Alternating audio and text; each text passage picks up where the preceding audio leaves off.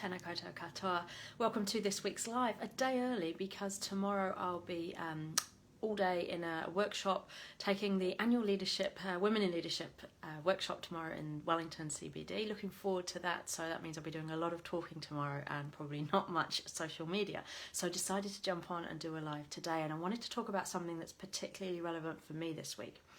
And it's something that I'm constantly saying when we talk about perfectionists and high achievers, how we deal with our off days, because as humans, we're all capable of brilliance. You know, we all have our high points that we reach, but because we're capable of brilliance, we sometimes expect brilliance all the time. And then we get disappointed when we do have an off day. And of course, that always happens. We are not on top form every day. And I think particularly at the moment, there seems to be, I've struggled this week. Monday, I landed in the office, all guns blazing, excited about the week. By about Monday afternoon, I hit a wall, fell into a hole that I didn't get out of till last night, in fact. So today's the first day that this week that I've actually felt myself. And I think there's a bit of, I guess, COVID fatigue. The fact that this year has been tough, the fact that there is still so much uncertainty. I know for myself personally, I'm planning a wedding next month, so that always gives an added bit of stress and extra things to do. Plus, of course, the reality that my UK-based family, who were due to be here in New Zealand this month, cannot be, and their general health and well-being, and just the uncertainty of the world we live in these days around events we're planning, but also around life in general. And I think for a lot of us, it's taking its toll, and that's what I've put my less than productive week down to. And I think it's important to talk about that because I spend a lot of time talking about the good stuff, and it's not always good. So I want to talk about that as well and make that real, because this week there's been a couple of days I haven't even been able to get into the office because my mind has not been in the right place. I haven't been able to create. I haven't been able to think clearly. I've had to just take myself off and make the most of the sunshine, which I think has done me the world of good over the last couple of days in Wellington. But here's an analogy with what I've just said about the weather, because I'm from England and we love talking about the weather.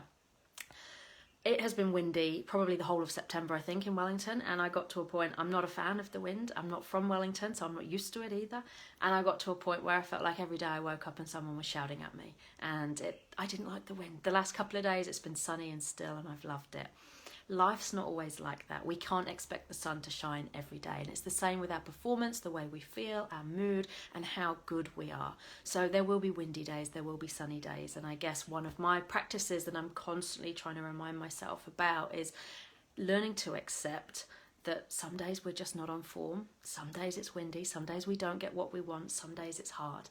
And other days, and this leads us to appreciate more those other days when we are on form, those other days where the sun is shining and when life is good. So that's my thought for this week. It's quite prevalent because it's stuff I've been going through over the last couple of days. But hopefully after coming out of the other end of that and looking forward to tomorrow's Women in Leadership workshop in Wellington. What else has happened this week? The doors just opened yesterday. For those on the mailing list, you will have seen the doors just opened yesterday for Imposter syndrome. 40% of those have now sold, so we've got just over half the amount of places left. The early bird runs till the 9th of October, which I think is the end of next week. So if you would like to get onto the next intake of the online Imposter syndrome course, it's a 4-week course. We meet every Monday evening after work via Zoom, so it doesn't matter where you are or what the COVID restrictions are, that can still go ahead.